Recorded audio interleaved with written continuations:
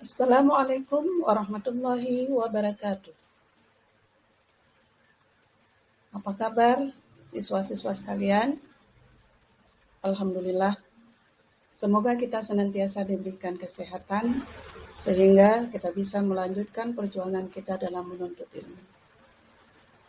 Hari ini kita akan mempelajari tentang toleransi dan menghargai perbedaan yang terdapat dalam surat Al-Hujurat ayat 13. Namun, sebelum kita memulai pembelajaran kita pada hari ini, mari sama-sama kita membaca Ummul Quran surah Al-Fatihah. A'udzu billahi minasyaitonir rajim. Bismillahirrahmanirrahim. Alhamdulillahirabbil alamin. Arrahmanir rahim. Maliki yaumiddin. Iyyaka na'budu wa iyyaka nasta'in. Ihdinas siratal mustaqim. Siratal ladzina an'amta 'alaihim ghairil maghdubi 'alaihim waladdallin. Amin. Semoga apa yang kita pelajari hari ini mendapat berkah dari Allah Subhanahu wa taala. Siswa-siswa sekalian, hari ini kita akan mempelajari tentang memahami Quran surat Al-Hujurat ayat 13 tentang toleransi dan menghargai perbedaan di dalam kurikulum 2013. Dia terdapat dalam KD3.2.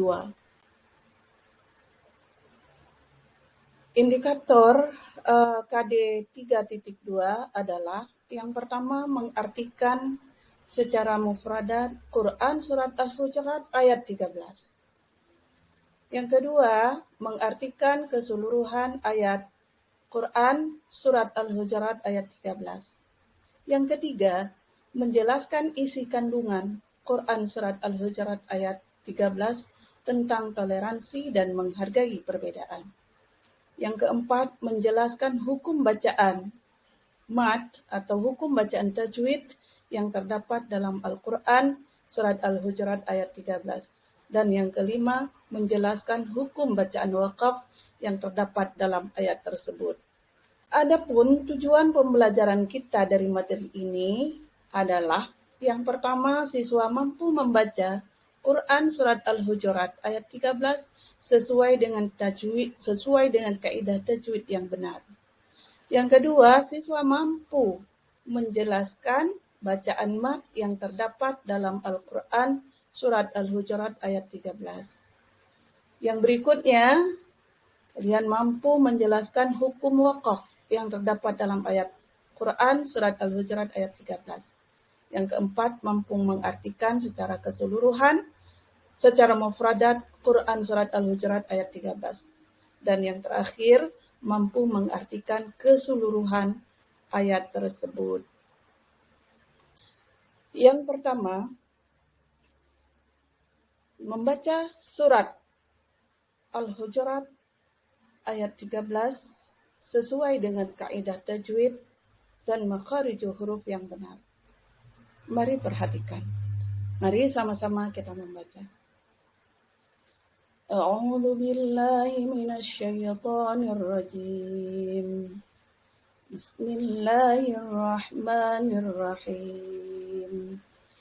Ya ayyuhan nasu inna khalaqnakum min dzakarin wa untha وجعلناكم شعوبا وقبائل لتعارفوا إن أكرمكم عند الله أتقاكم إن الله عليم خبير. Ibu ulangi sekali lagi. Ya ayyuhan nasu inna khalaqnakum min dzakarin wa untha وجعلناكم شعوبا وقبائل لتعارفوا إن أكرمكم عند الله أتقاكم Innallaha alimun khabir. Sadaqallahul azim. Siswa-siswa sekalian yang dirahmati Allah. Mari perhatikan hukum tajwid yang terdapat dalam Al-Quran Surat Al-Hujurat ayat 13. Yang pertama, ya ayyuha. Ini adalah mad jaid munfasil. An-nasu. Ini mad tabi'i. Lalu inna wajibul gunnah. Khalaqnakum, khalaqnakum, sukun. Ini adalah salah satu huruf qalqalah. Di sini namanya qalqalah sughra. Khalaqnakum, mim mati bertemu dengan huruf mim, namanya idgham mim. Mil, nun mati bertemu dengan huruf ta, ini hukumnya adalah ikfa. Dzakariu, tanwin bertemu dengan huruf waw, ini hukumnya idgham bi gunnah. Wa unsa, nun mati bertemu dengan huruf sa, hukumnya ya ikfa. Wa ja'alnakum, wa ja'alna ini adalah mad asli atau mad tabi'i. Syu'um, huruf dhammah bertemu dengan sukun mati, ini juga termasuk mad tabi'i. Syu'um, tanwin bertemu dengan huruf waw, ini adalah hukumnya idgham bi gunnah. Wa qabaila, ini adalah mad wajib muttasil. Lita'arafu, a mad tabi'i, fu juga mad tabi'i. Inna akramakum, inna wajibul gunnah, kemudian inda, ain bertemu nun mati bertemu dengan huruf da, ini adalah ikfa. Atqakum, ini mad tabi'i.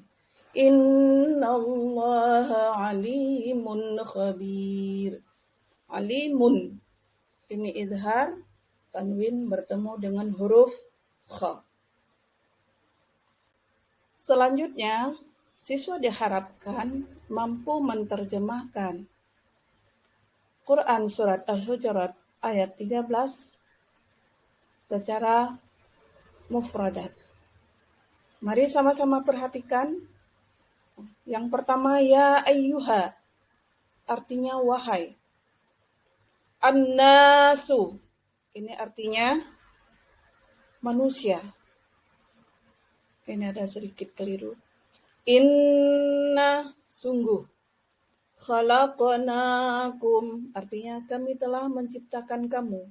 Min, artinya dari. Dzakariu, seorang laki-laki. Wa unsa, dan seorang perempuan. Wa ja'alnakum, kemudian kami jadikan kamu. Syu'uban, berbangsa-bangsa. Wa qabaila, dan bersuku-suku. Lita'arafu, agar kamu saling mengenal. Inna, sesungguhnya. Akramakum, yang paling mulia di antara kamu. Inda, artinya di sisi. Allah, atqakum, ialah orang yang paling bertakwa. Inna, sungguh. Allah, alimun, maha mengetahui. Khabir, maha teliti.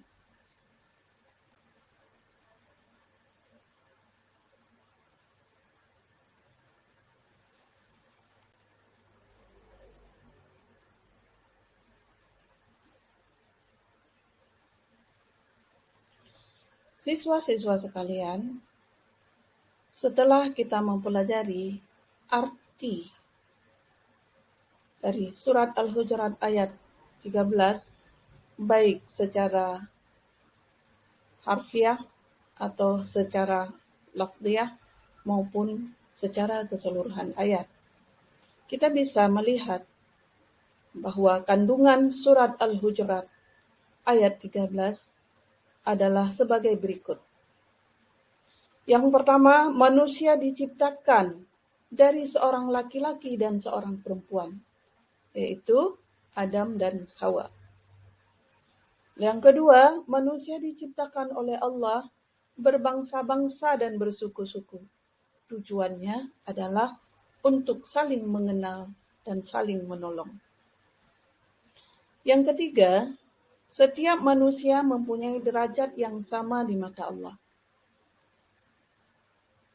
Baik itu kaya, miskin, laki-laki atau perempuan, cantik, gagah, semuanya sama di sisi Allah.